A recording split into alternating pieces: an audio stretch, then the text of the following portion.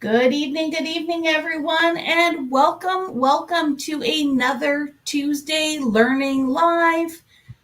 In case you missed it, color number 12 of Tim Holtz's Distress, let's call them new releases, went live on Saturday, and the color is Scorched Timber. And I don't know if it's a coincidence that Tim is in the name Timber, but it's a pretty nice color. And we know that Kris is all about all those things distress. She is our distress aficionado. So I am just going to hand the camera over to her, and she's going to tell you all about what she loves best about Scorched Timber. Kris, you go ahead and take it away. Hi, everybody. Okay, so surprised me that it was a brown color. I was not expecting that. Didn't know what to think until I bought it. And I have been playing with it and I just love it. Brown is not usually my go-to color, but this one has a lot of nuance to it. It can go anywhere from a redishy brown color to a yellowy, greeny brown color. But it's nice and dark. And the darkness, I think, is what I really enjoyed in playing with this. So what I actually purchased at the store was what you see in front of you, the crayons, the watercolor pencil, oxide and distressed ink, reef inkers, and the scorched timber embossing powder. And I I I've been playing with it in a number of different ways. So, okay, this is how silly I am. So I sat down in my craft room over the weekend and I literally went through my little cubies and I put together color combinations. Now, I found out after spending probably 6 hours doing this that there was lots of those things already online, just without the scorched timber. So I'm going to say that my time was worth it anyway because I got to really see how things went together with scorched timber. So I am going to post these, so you don't need to write things down feverishly. I am going to take a picture of them and post them. But I've just kind of gone through different kinds of variations, and the similar thing in all of them is that scorched timber at the end. And you can see all the different color combinations that work really well with that scorched timber, that dark brown at the end. And you can go dark and moody with all your colors, or you can go bright and cheerful with all your colors. It's just it seems to go with everything, which is, I guess, what the point was. And you can even see there the reddishness of this brown versus the sort of grayish. And depending on what you put the scorched timbered with, it's going to pull out the color that goes best. That's why it's kind of like a miracle color. So when you put it with, for instance, with this one here, you've got pale pinks and pale greens and a brown, and it really brings out the grayishness in that color. And I'll show you some of the other things I did that bring out more of the warmth. But you can see all the different color lines that I did here. And those are just with the inks. Now, I don't have as many oxides as some of you lovelies do out there. I'm just kind of a baby when it comes to oxides. But look at these colors. These are oxide colors. They haven't been distressed in any way. I'm just giving you a sense of the color. But look how beautiful that color goes in. It's even more gray with this color blend. So I was just really enamored with that whole, it looks different depending what you put it with. So I put it with things, of course. And I've got 2 demos to do with you quickly, but I just want to show you a couple of things. So I've been embossing little bits of my gel print papers, and I used it to do highlighting on my embossing bits. So this is the what am I calling this? The oxide, and it comes up very browny, pale browny color when you're using it as a highlight. It's a little bit darker in that one. So same pressure, same technique, but it shows up a little bit differently in each of these samples. So that's with the oxide. Now, with the ink, I'm thinking that I might have used brighter colors here because that ink, it's kind of reddish with the reds, and it's brownish with the greens and the reds, and it's almost black when you put it with dark red, and then you have sort of this grayish tinginess to it. It's very pale on this one, which surprised me. The papers are all the same. They're just copy paper with paint. And it really worked well as a highlighter. So I wanted to try that because I've been working on a little color block panel. The other thing I did is I played with it with different techniques using embossing powder. So this colorway is, let me see, pull them all out. That's it.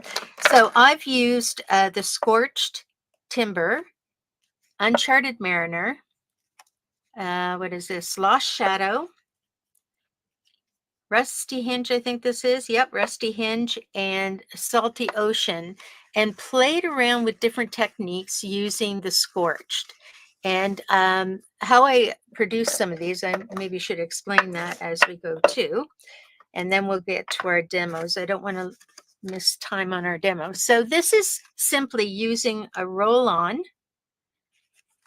Now they're all stuck together because they're all messy.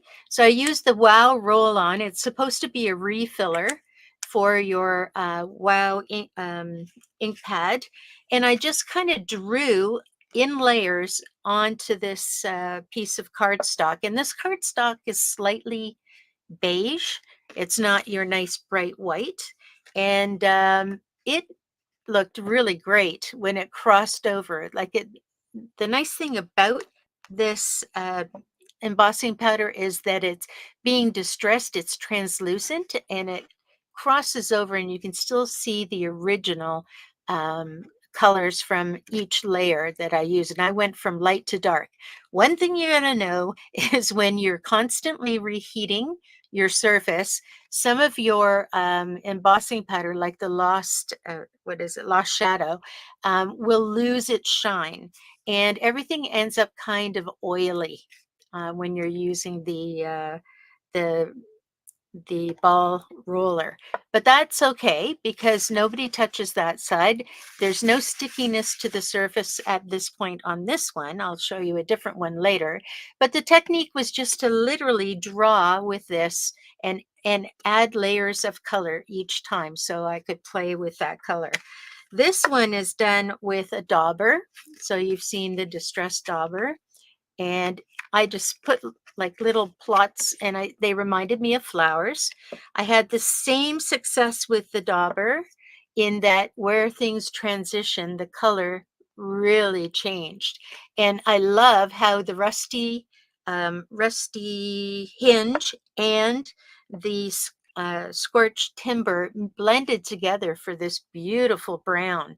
So you can blend these colors to change them. So if you like this brown and you want to lighten it or have it go a little bit more orange or a little bit more red, you can add that color in and make that Scorched Timber something else altogether. This one is, I did watch Tim's presentation, and he refers to this one as being a neutral. And I have to agree with him because it is so flexible. You can play around with it and get all kinds of different things out of this. And it's gray and sort of matte enough, if you look at the sample swatches here, that they do end up becoming very neutral like. So that's just with the dauber. And then I went to laying the color on with my Versamark pad. So I just took the pad and I stroked it across the surface of the paper and did the same colors. And I love how the brown is showing up right under the surface of this mariner. Like, I don't know, it just seems to blend so nicely with what's going on. The other thing I did here is I scratched the surface of a just drying embossing powder. So it was just starting to dry or to get cool, and I just went through and scratched it. So there's all kinds of interesting techniques that you can use your embossing powder for that aren't necessarily just card related. Now this one I thought was the most fun, and I had to seal it because this one really got greasy. And this one is the paintbrush. So it's called an embossing freestyle tool. Oh, wrong one. No, that was the roller ball. This one is called an embossing brush from Wow again. And it is literally like a brush that you would have on your nail polish. And the cool thing about it is it goes on so nice and thick. Oh, there we go. And you can move it around. It played like water with the embossing powder that you put on the inks. And you know how you get it nice and wet and you move it around? Well, I was able to do that with this thick embossing base. I did have to seal it because without sealing it, it ends up greasy, and it's still a little bit greasy. But it just, to me, it was super, super fun. And I was able to move it around and make it look sloshy and blotchy.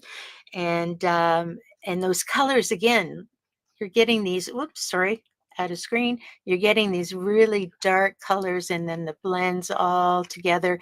And in this method, the distress really showed up well. So you've got those pock marks, and through the pock marks, you're either going to see the blue from underneath or the orange from underneath or the white from the background underneath. So enough about that. That was huge amounts of fun.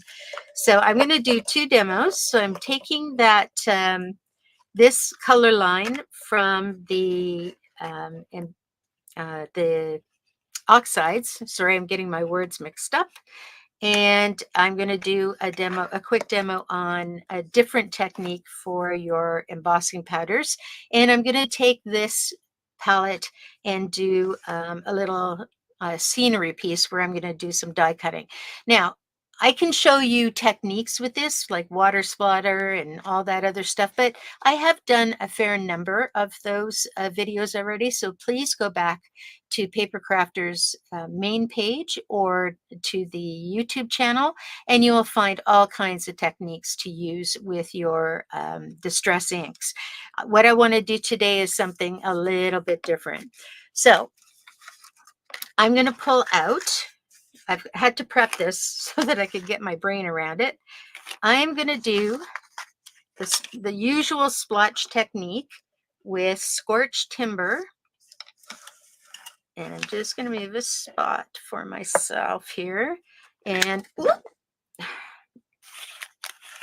always remember to have paper towel and wet wipes. And I'm just going to put this out on the table here. A little bit of that out on the table. And I'm going to also bring out a little bit of peeled paint. Whoops. And I'm going to put that to the side because I'm going to bring that into it in a second round. So my first round is going to be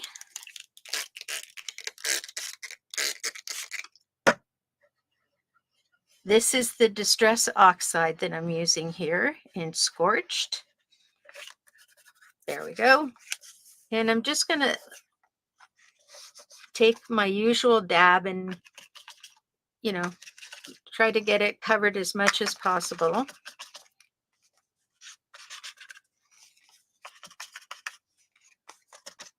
All right, and I'm going to dry that up.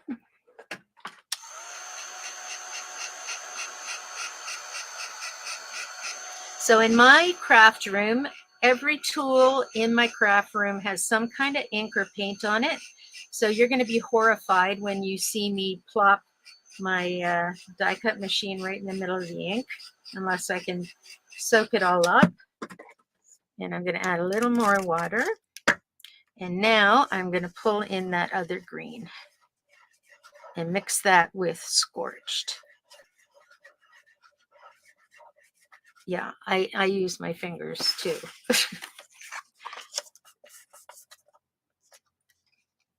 And we're going to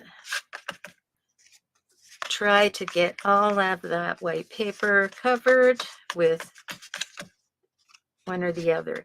Now, in pushing in some of the peeled paint, sorry, I stopped talking in the middle of a sentence. That's not very helpful. What happens is it brings this color more to the green side of the underlying colors in the Scorched Timber. So whatever you mix it with, it's going to pull that color out of it. Now, I think I need to move it around a little. A little bit more. Be generous.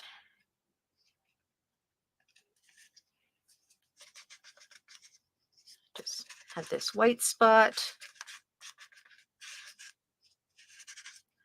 And I really like to do some scratching. So scratching to me is wetting the paper and then finding a spot and really pushing down on that spot to get some of the texture that's in my plate out on my paper. That gives it even more of a distressed look.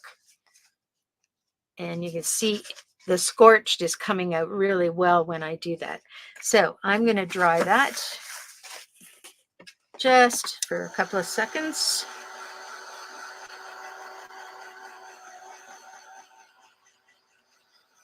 Do both sides. And it curls up. And then do the other side.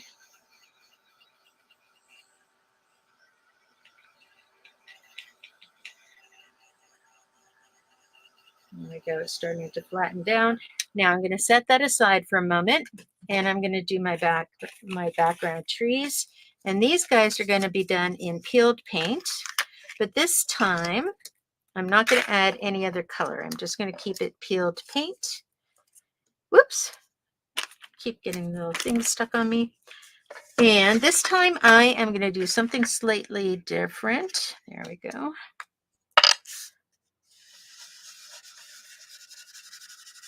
I am going to draw on it first.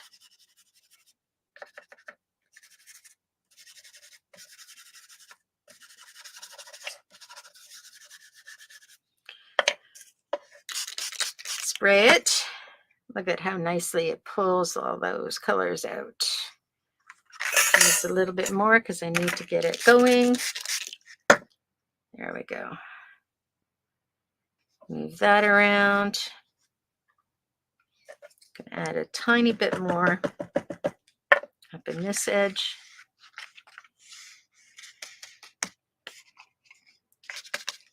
And I want to get some of that texture happening there. Perfect. Just going to wipe this up. And I always wipe with paper towels because I'm the queen of never throwing anything out.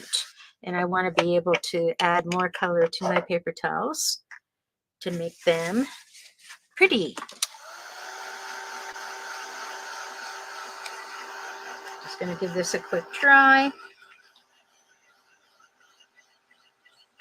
Front and back.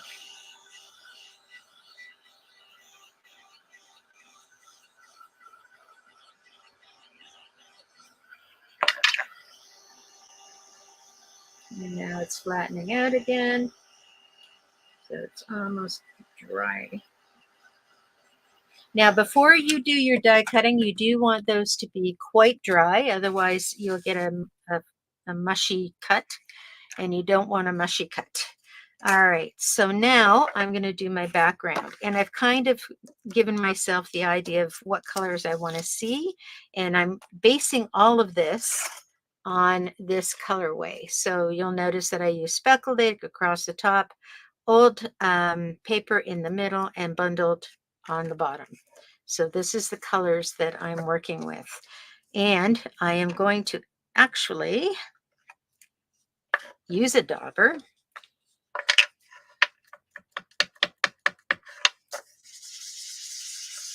And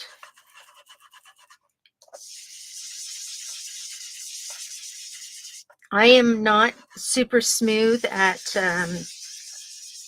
doing the blending. And I do know that if you blend using the oxide, you get a better blend, a nicer, smoother blend, which is fine, but I don't need that. I like my texture. It makes me happy. I'm going to go about there.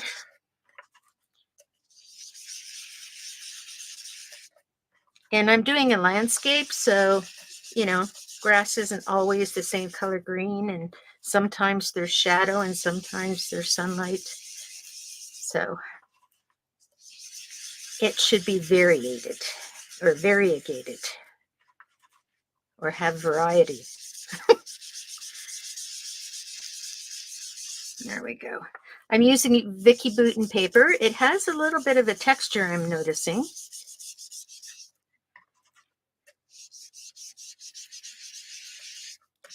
Okay, I'm almost done here. If there's any questions, please feel free. Just going to do a little more around the edge.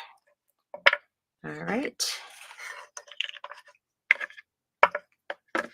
And then old paper is the next color I'm going to use. Now, old paper can be very pale and greenish-y, or it can be on the yellow side. It depends what is with it. It's not a neutral. It does actually have its own fun characteristics. I'm not looking to blend. I want to have my lines showing because I'm showing the foreground versus background in my brain. That's my goal. So I don't want to have it blend.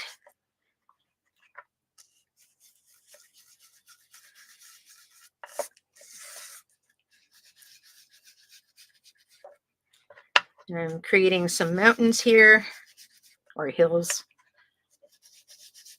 So this is looking very brown versus the green that's already there, but other times it will look green.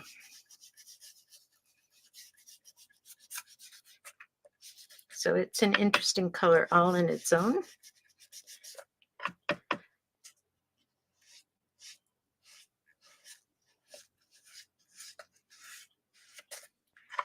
And just a little more there.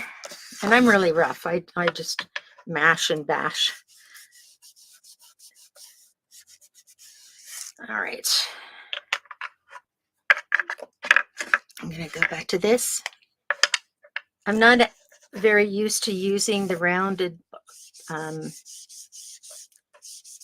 dauber heads. I don't think the way they think. I find it hard. But I'm willing to try anything. There we go. All right, and our last color up across the top.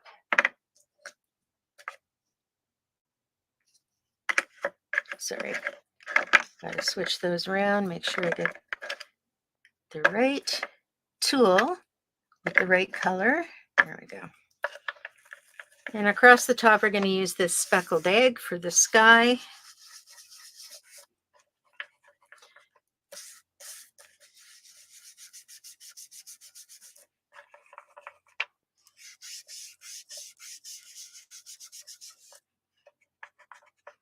Yeah, I got a scratch on my paper, which is going to be clouds, apparently.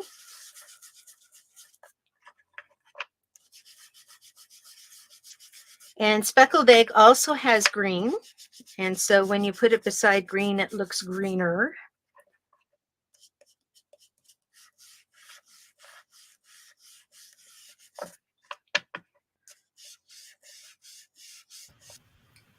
Kris? Yeah. We have a question, and I just would like you to verify. Teresa is asking, these are all Distress dye inks you're using, correct? Not oxide? I use the oxide on the outer one, and these guys are Distress inks. Yes, they're not Okay, thank dye you. inks though.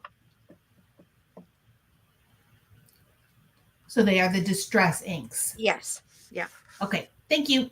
Or they are dye. I'm sorry, they're not pigment.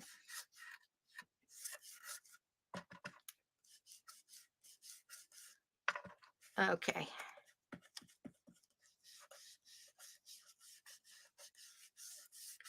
And just a little more. All right, so there's my background. Looks like hills in the back and foreground in the sky. In these color lines. So color swatching like this is really good. I find that it really sparks my imagination. This is why I picked this one, because it reminded me of being out looking at the mountains. All right. So we're gonna just dry this a second more.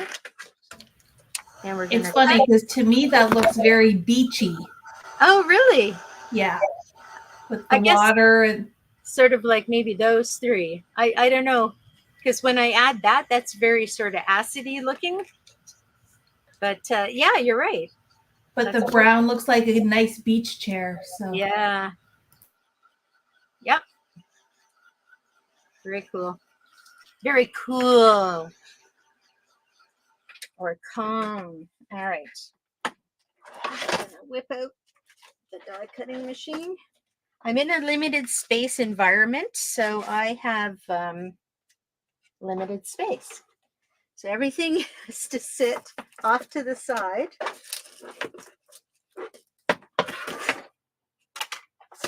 Alrighty.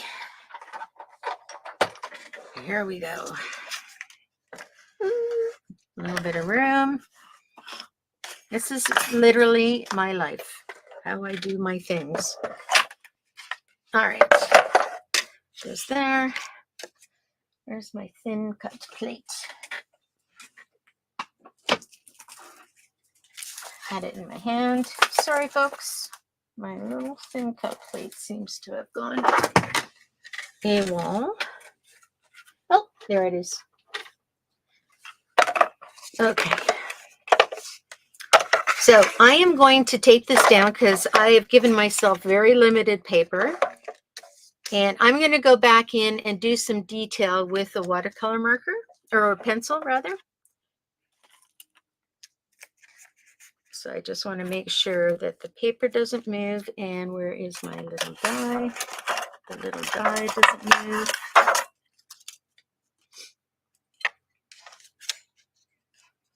Oh, and look at that. You know what I did, folks? I had it face up when I was cutting the shape for it.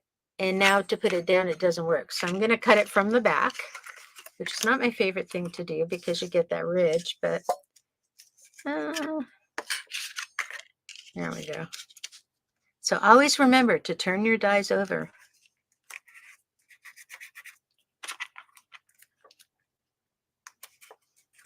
And I like to put the points up at the top and the flat edge at the bottom.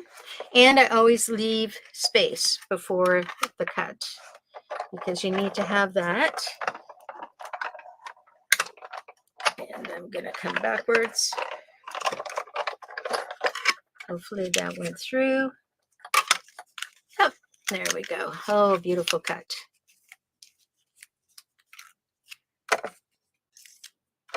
All right.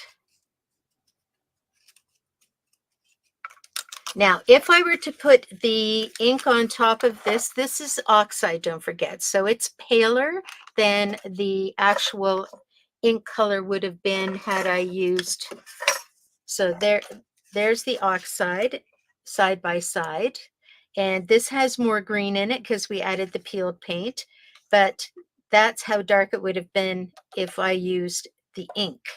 So oxide tends to whiten things up, not necessarily lighten them up, but definitely whiten them up. All right. You need to just poke those guys out. I have a poker tool somewhere. It's probably where. All right. Now, doesn't that look cool? You can't really see it because of my hand, but all that texture and the variation of color there, we're getting a little bit of detail to that. And I'm just going to dry this piece off frame, and we're going to cut that. This is pretty much dry, actually. And again, I probably did this face up.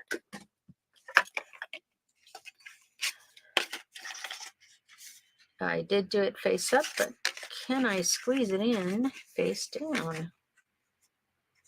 Ooh. No, I'll cut it the same way. So I am putting it face down because I made the mistake of measuring it with the cut side up, not down. And again, just going to tape it so it doesn't move too much.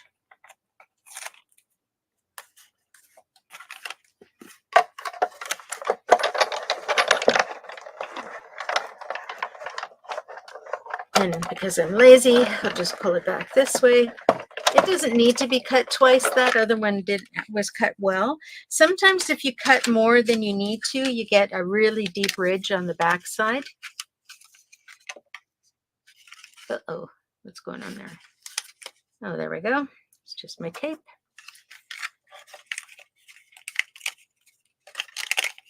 But it all cut really nicely.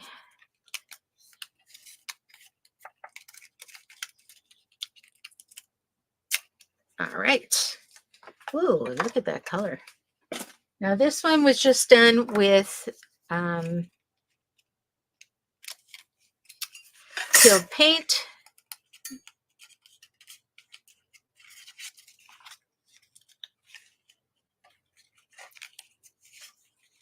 Sorry, the little bitty bits are the hard things to do.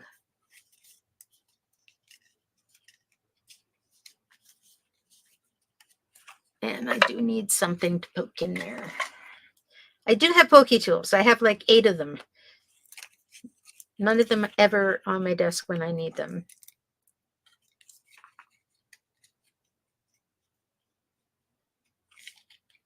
Okay, one more little dot there.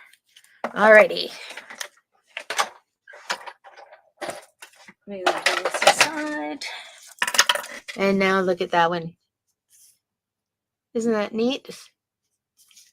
I really like this. Whoops. There we go. Okay. Get our background. I'm just going to use glue. And this is going to go in the background.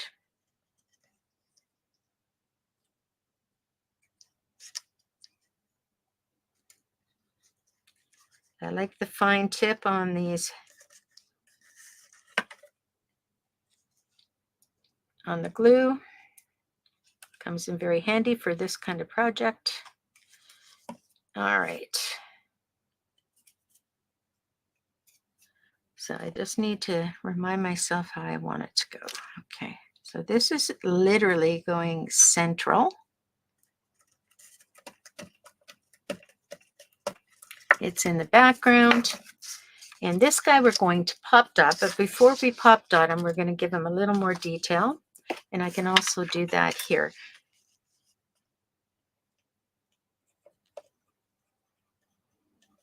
So I'm just putting this on light pencil on this background one. I'm not going to water it down.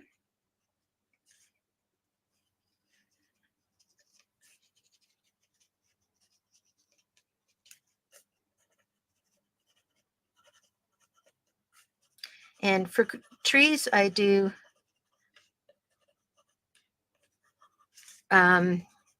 like top arrowheads pointing north kind of thing for sketchy lines, just to give a little more detail. And I'll also put a picture of this in so you can see it better. We're going to have the sun coming from this corner this way, so there's going to be a little shadow.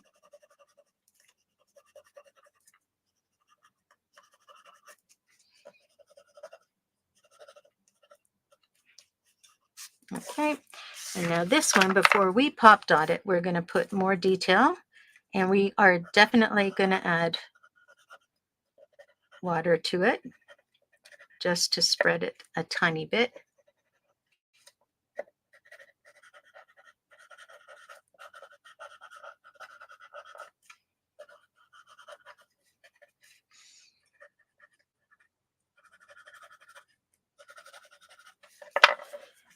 And I use a water pen because they are way easier. And I'm going to use a medium size round tip. And you know what I just found out the other day? I don't know if it was a plan, but my Distress sprayer, the nozzle fits right inside. So if I run out of water and I don't want to get up and go, I can fill my thing up from the head of that and nothing spills. Kris, could you please talk a little bit about the pencil that you're using? This is Irene is asking.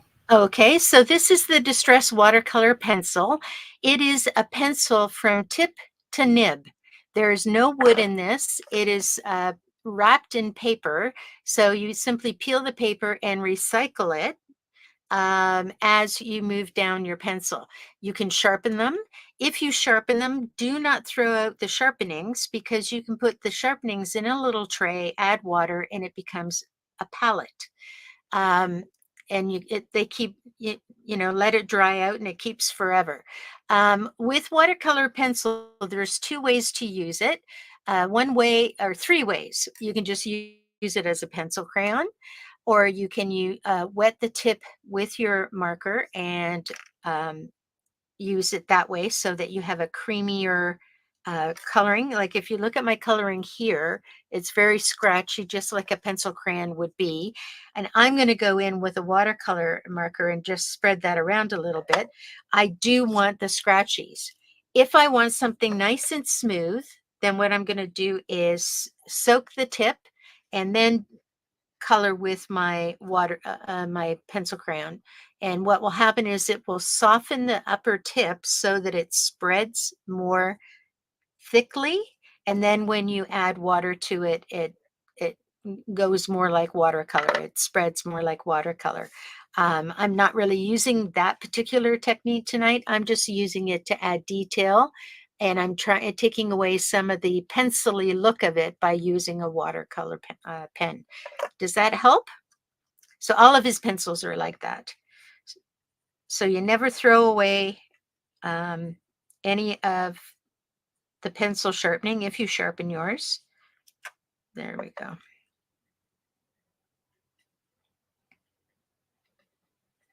And so what I'm just doing is spreading that so that it's not a sharp edge, but that you can see it. And this is the Scorched that I'm using. So it's not as scratchy. It's a little less scratchy. And I'm thinking, whoops, it's quite wet. I just want to add a bit more of the ink right on there. So this is the oxide again, and I'm just going to wet my pen, or my regular pen. I'm not using a watercolor pen because I don't want it to be too wet. I just want to pick up some of this, and I'm going to go in and darken that up a bit because I find it a bit too light. And so I just want to add that to it. I'm still keeping the detail.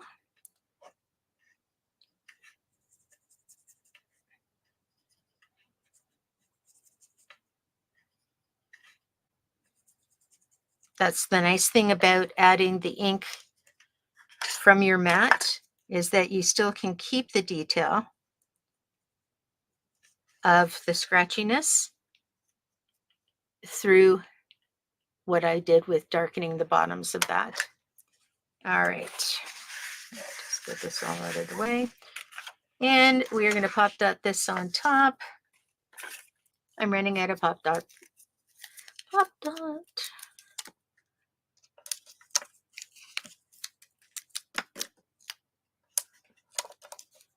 This is an actual bandage, by the way. It's not tape. It's a fun bandage.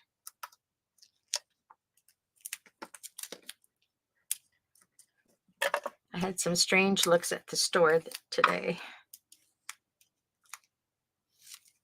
Now, you can get pop dots like this at the store that are all these shapes that I'm making right now.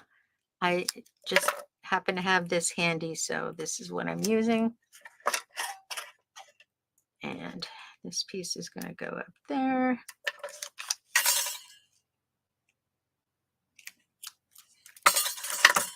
And that piece will go there. Okay. How am I doing for time? Ooh.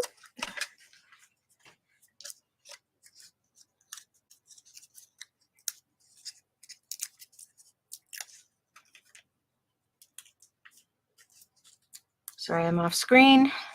There we go. Is everything taken off? All right.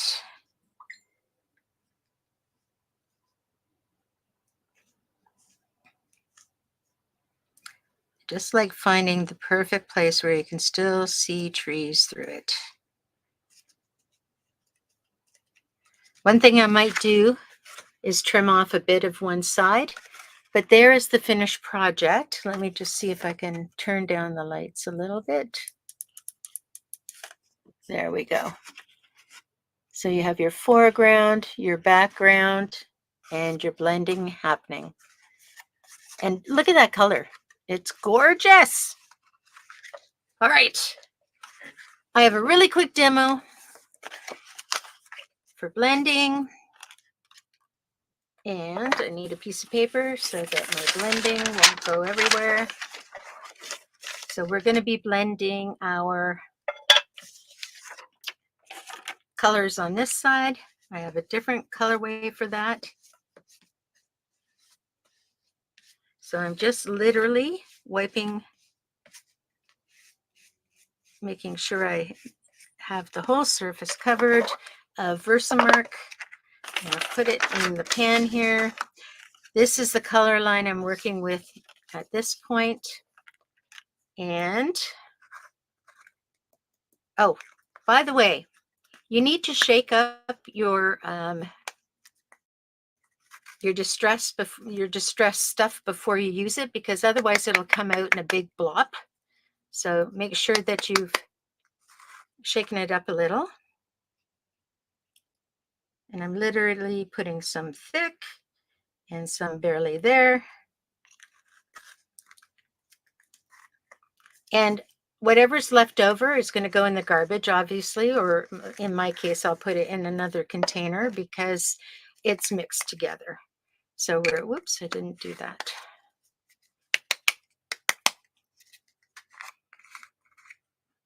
Woo! Okay. Didn't mean to do that.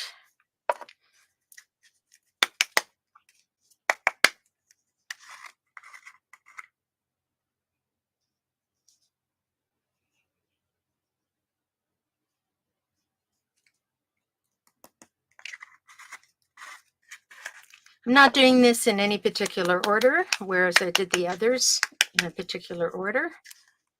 I'm just going to see what happens. Oh, see how crunchy it is there? It needs a little more shaking.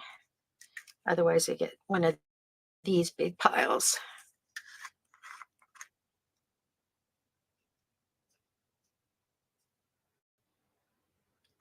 Try to get some light in there.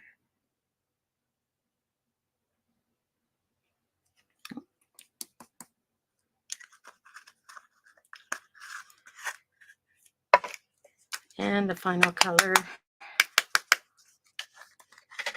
I'm going to stand up for a minute so I can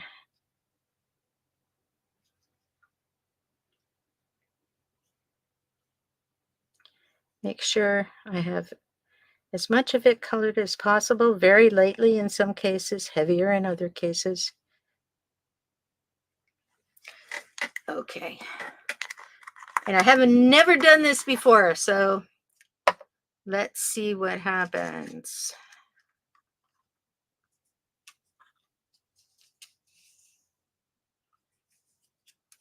There we go. There's our mess. And I'm just going to keep this off to the side. And let's see how it goes. And with a glass mat, when you're heating things, you want to put something underneath. I have an edge that I can actually hang on to. I'm going to heat the whole piece, and then I'm going to go in and focus.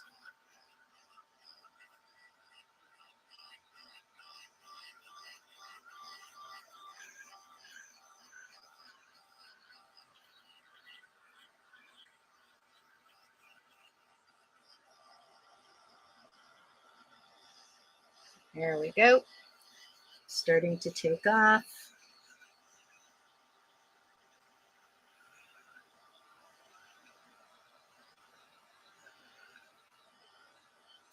And you want to make sure you don't touch it because it is hot. It will stick to your finger if you've not used embossing powders before.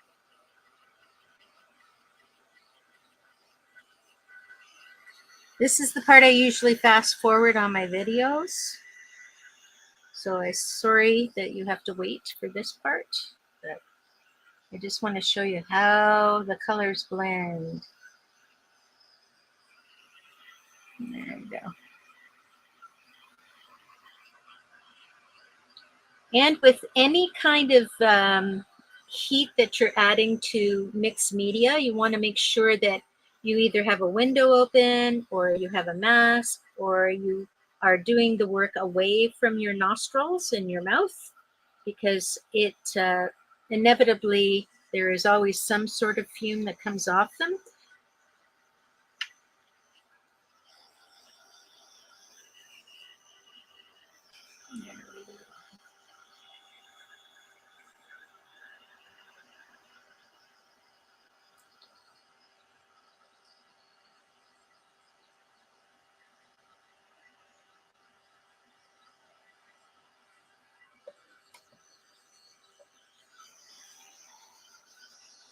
It's got a little spot that doesn't want to play well.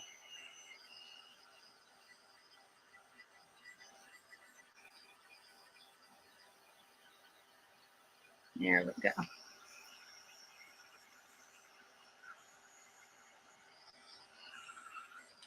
All righty, just give that a minute. Now, I'm hoping that you can see, whoops, that's a little warm. In here, we have blue mixed with we have the Salty Ocean mixed with the Lost Shadow. We've got combining of colors happening underneath that brown. That brown to me is just sort of like, I don't even have a word for it. I just really like it. So that's an all over beginning of a background, or if you don't like parts of it, you can go back in and add more. So here on the edges, if I wanted this piece to be a complete piece, I would go back in and add a bit more. I'd just be careful not to heat the whole piece again because I wouldn't want to lose the shine. And the shine itself has an interesting texture to it, and that's part of the distressness of it. So that's going to die cut that piece. You could die cut this piece. You could use it as a background for anything. It's kind of like when I'm doing jelly printing, like all of the jelly printing would be on a 5x7 size because that's the size of one of my plates that I use all the time. But then I cut little bits, or I might emboss. This can be embossed as well.